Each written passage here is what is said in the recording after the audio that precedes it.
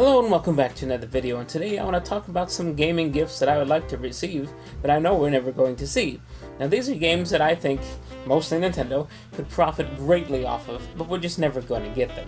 Now I will throw out one that would be from Sony, and that would be Medieval 3. Maybe it won't profit as much as anything else. I personally want Medieval 3, but that's a whole nother universe. But here we go. So Nintendo has lots of characters they could use, and even interchange them out. So I'm thinking, why don't we do a Super Wario Brothers? Yes, we get Super Mario Brothers all the time, Super Mario World, Super Mario Land, and then sometimes they'll throw Wario and Waluigi in occasionally. But what I want to see is basically Wario and Waluigi go on a Super Mario Brothers style adventure, but it's over the top and crazy. You would definitely have a lot of slapstick comedy going on, and maybe Wario would take Waluigi and just club something across the screen, whatever equivalent of a Goomba would be in this universe. And we have a lot of Wario Land stuff, we have a lot of WarioWare games, there's a lot of Wario stuff, and this is just like a missed opportunity. People were dying for Waluigi to be a main character in Smash Bros. Ultimate. They should have just taken that and ran with it and Waluigi'd everything. In fact, the second game is going to be Waluigi's Mansion. Now for me, this is kind of like an extreme edition of Luigi's Mansion. I know they don't really make M-rated games, but you could really just intensify the gore, you can intensify the scares, you could have more jump scares, you could even have zombies, and I would think it'd be funny if the enemy was actually a possessed Luigi.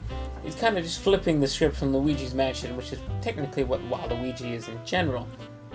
Now, going back to sampling characters from all over the place, I'd like to see a true Super Smash Bros. Style universe, multiverse, RPG action game. I'm not talking about turn-based action, I'm talking about action, where you could, you go in and a battle happens and you fight off some stuff, kind of like Paper Mario, except, RPG stuff. Action where, now you're playing as Mario, now you're playing as Donkey Kong, now you're playing as Pikachu, and maybe you're playing as Marth.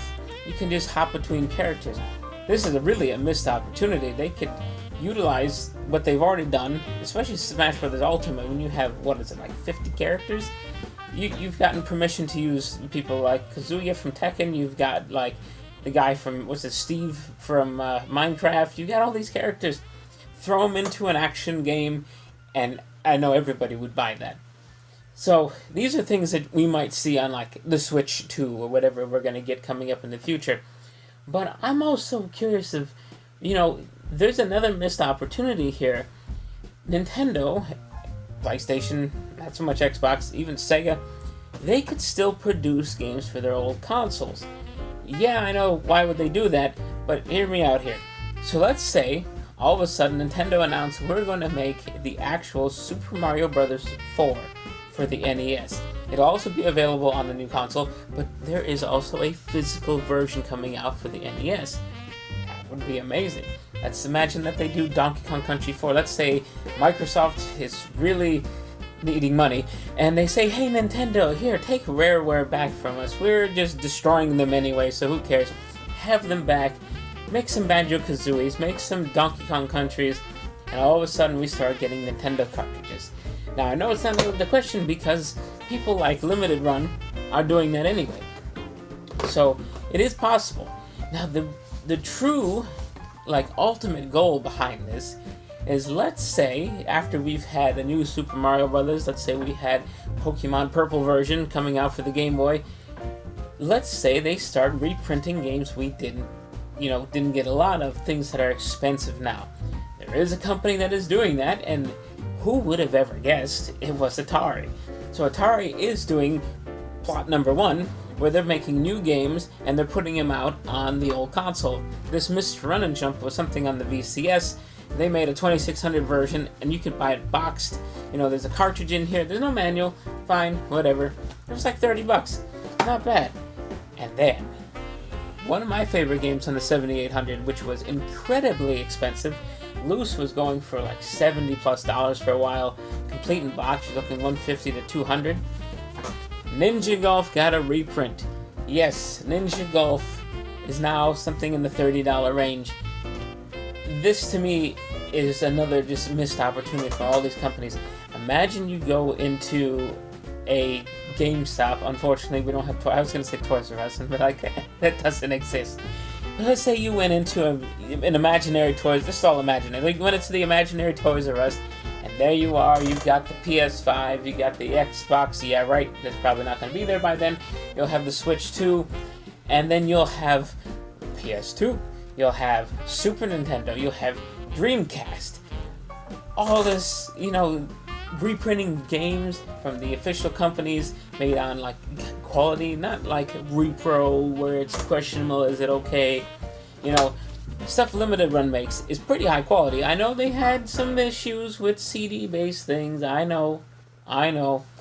However, I do also have Night Trap on the Sega CD32X from them.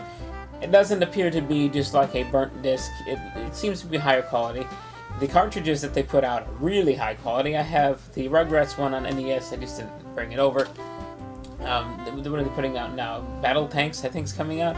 I don't remember if that's from them, but I know Battle Tanks on N64 is something I keep seeing pop up. It's doable. There's people making repros all the time. It's not that hard to produce this technology now. You don't have to have expensive chips that were done in the past that made them expensive. Making PCBs with a simple memory that is just compatible, that isn't cheap Chinese garbage, is not that hard to do these days. So, go for it. Make cartridges. Make, the rare stuff that is hard to get now. I know licensing is going to be a problem, but say in a perfect world, you go to get Panzer Dragoon Saga, and it's on the shelf. Heck, I'd even pay $100, to reproduce those big cases. I'd give them a little extra money just to not have to pay $1,500 for a game. I kind of, Alan Wake 2 was one of those. It was an $80 physical release. Luckily, I got it on sale. It was only $50 when I bought it, and I had a gift card. But, make these collector's editions. You can even do the limited run style where you do an open pre-order. Let's say you get 20,000 people that are interested. You print 20,000 of the game.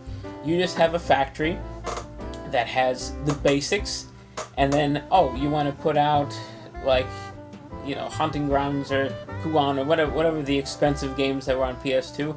Alright, well, let's press however many DVDs, with this image on it. We'll put a label, out it goes. Obviously, it's doable, because they've been doing it. So, let's do a limited run official, PlayStation Platinum Editions, or whatever you want to throw it in, Nintendo Prime Selects, NES cartridges. They don't have to even be the same color. You can do, the Nintendo Red cartridges just to show that it is, a modern version. You can do whatever you want, but this is a missed opportunity, and I would love to be able to spend all of my money on this stuff.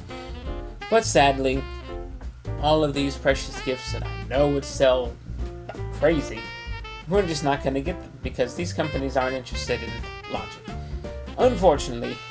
So, what are you actually hoping for Christmas? I put Astrobot on one of my Amazon lists. I'm hoping for that above everything else. I almost bought that on Black Friday. I'm like, no, it's on one of my lists. I really want to play that. I'm glad it won Game of the Year, and the people who say it shouldn't have got it, you are wrong. This game looks amazing. Astrobot is fun. I'm glad that genre has made a comeback, at least in one game. I'm hoping it sparks more. And with that, I will see you next time.